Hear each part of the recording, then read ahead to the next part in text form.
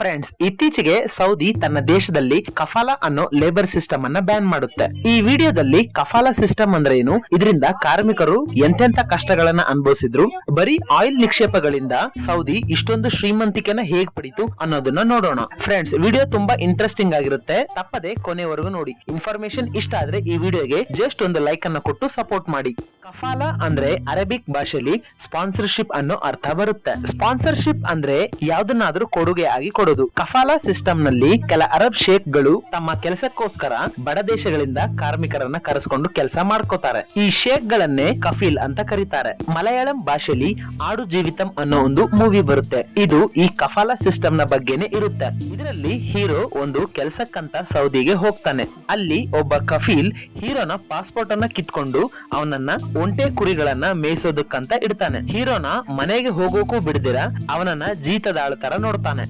ಒಂದು ಸಿನಿಮಾನೇ ಆಗಿರ್ಬೋದು, ಆದ್ರೆ ಇಂತ ನೈಜ ಘಟನೆಗಳು ಎಷ್ಟೋ ನಡೆದಿವೆ. ಈಗ ಕಫಾಲದ ಇತಿಹಾಸ ತಿಳ್ಕೊಳ್ಳೋಣ. 1938ರವರೆಗೂ ಸೌದಿ ಮರುಭೂಮಿಯ ಮೇಲೆ ಇದ್ದ ಒಂದು ಬಡ ದೇಶ ಆಗಿತ್ತು.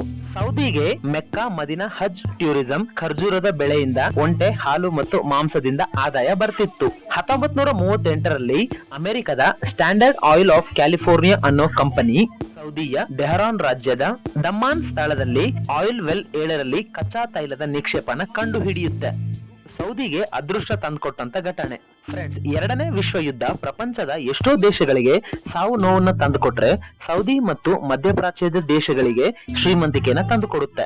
ಎರಡನೇ ವಿಶ್ವ ಯುದ್ಧನ ಮೆಕನೈಸ್ಡ್ ವಾರ್ ಅಂತ ಕರೀತಾರೆ. ಯಾಕಂದ್ರೆ ಈ ಯುದ್ಧದಲ್ಲಿ war tanker, submarines, air craft, bomber, trucks ಗಳನ್ನ ಬಳಸ್ತಿದ್ರು. ಈ ಗಾಡಿಗಳು ಪೆಟ್ರೋಲ್ ಮತ್ತು ಡೀಸೆಲ್ ನ ಬಳಸ್ಕೊಂಡು ಕೆಲಸ ಮಾಡ್ತಿದ್ವು. ಈ ಯುದ್ಧದಲ್ಲಿ ಜರ್ಮನಿ ಹತ್ರ ಆಯಿಲ್ ಕಡಿಮೆ ಇತ್ತು. ಇದರಿಂದ ಹಿಟ್ಲರ್ ಪೋಲೆಂಡ್ ಮೇಲೆ ದಾಳಿ ಮಾಡಿ ಅಲ್ಲಿನ ಆಯಿಲ್ ನಿಕ್ಷೇಪಗಳನ್ನ ಕೈವಶ ಮಾಡ್ಕೋತಾನೆ. ಜಪಾನ್ 1941ರವರೆಗೂ ಯುಎಸ್ಎ ಇಂದ ಆಯಿಲ್ ಅನ್ನ ಕೊಂಡುಕೊಳ್ತಿತ್ತು.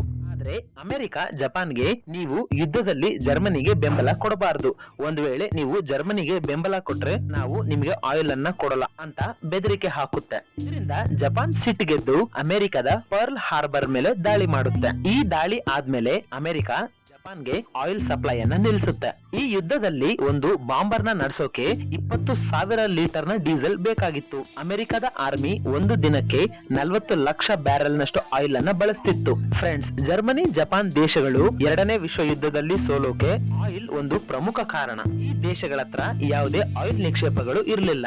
ಜರ್ಮನಿ ರಷ್ಯಾ ಮೇಲೆ ದಾಳಿ ಮಾಡಿದೆ ಅಂತ ಜರ್ಮನಿ ಹಿಡಿತದಲ್ಲಿದ್ದ ಪೋಲೆಂಡ್ ನ ಆಯಿಲ್ ನಿಕ್ಷೇಪದ ಮೇಲೆ ಯುಕೆ ದಾಳಿ ಮಾಡುತ್ತೆ. ಇದರಿಂದ ಜರ್ಮನಿ ರಷ್ಯಾದಿಂದ ಆಯಿಲ್ ಕೊಂಡುಕೊಳ್ಳೋಕಾಗಲ್ಲ. ಯುಎಸ್ಎ ಜರ್ಮನಿಗೆ ಆಯಿಲ್ ಮಾರೋಲ್ಲ. ಆಯಿಲ್ ರಿಚ್ ಆಗಿದ್ದ ಮಧ್ಯಪ್ರಾಚ್ಯದ ದೇಶಗಳೆಲ್ಲ ಅಮೆರಿಕ, ಯುಕೆಗೆ ಸಪೋರ್ಟ್ ಮಾಡ್ತಿತ್ತು. ಆಯಿಲ್ ನ ಕೊರತೆಯಿಂದಾಗಿ ಜರ್ಮನಿ ವೀಕ್ ಆಗಿ ಯುದ್ಧದಲ್ಲಿ ಸೋಲನ್ನ ಅನುಭವಿಸುತ್ತೆ. ಇದರಿಂದ 1945ರಲ್ಲಿ ಪ್ರಪಂಚದ ದೇಶಗಳು ಕಲಿತ ಪಾಠ ಏನಂದ್ರೆ, ಆಯಿಲ್ ಯಾರತ್ರ ಇರುತ್ತೋ ಅವರು ಯುದ್ಧನ ಗೆಲ್ತಾರೆ, ಅವರೇ ಪ್ರಪಂಚದ ಸೂಪರ್ ಪವರ್ ಆಗ್ತಾರೆ. ಇದರಿಂದಲೇ ಅಮೆರಿಕ ಸೌದಿಲಿ ನಾವು ಆಯಿಲ್ ಅನ್ನ ಹೊರ ತೆಗಿತೀವಿ ಅಂತ ಹೇಳುತ್ತೆ.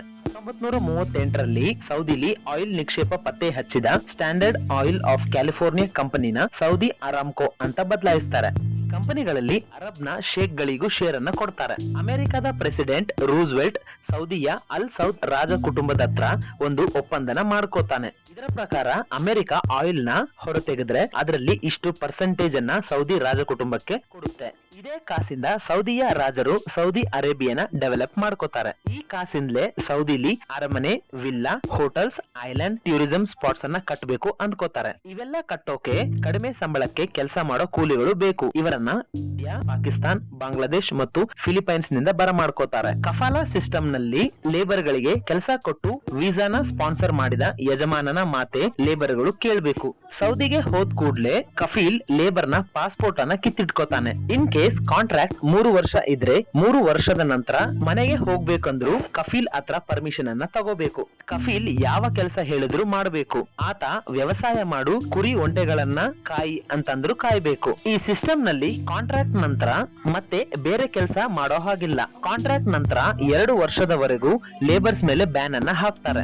ಲೇಬರ್ ಗಳು ಒಂದು ಕೆಲಸದಿಂದ ಇನ್ನೊಂದು ಕೆಲಸಕ್ಕೆ ಶಿಫ್ಟ್ ಆಗ್ಬೇಕಂದ್ರು ಲೇಬರ್ ಎಂಪ್ಲಾಯರ್ ನಿಂದ NOC ಸರ್ಟಿಫಿಕೇಟ್ ಅನ್ನ ತಗೋಬೇಕು. ಸಿಂಪಲ್ ಆಗಿ ಹೇಳೋದಾದ್ರೆ ಕಫಾಲ ಸಿಸ್ಟಮ್ ನಲ್ಲಿ ಲೇಬರ್ ಗಳು ಕಫೀಲ್ ನ ಕೈ ಬೊಂಬೆ ತರ ಇರ್ತಾರೆ. ಇಲ್ಲಿ ಇಕಾಮ ಅಂದ್ರೆ ಲೇಬರ್ ಗಳ ಸೌದಿಯ ಐಡಿ ಕಾರ್ಡ್ ಅನ್ನ ಕಫೀಲ್ ನ ಜೊತೆ ಲಿಂಕ್ ಮಾಡಿರ್ತಾರೆ.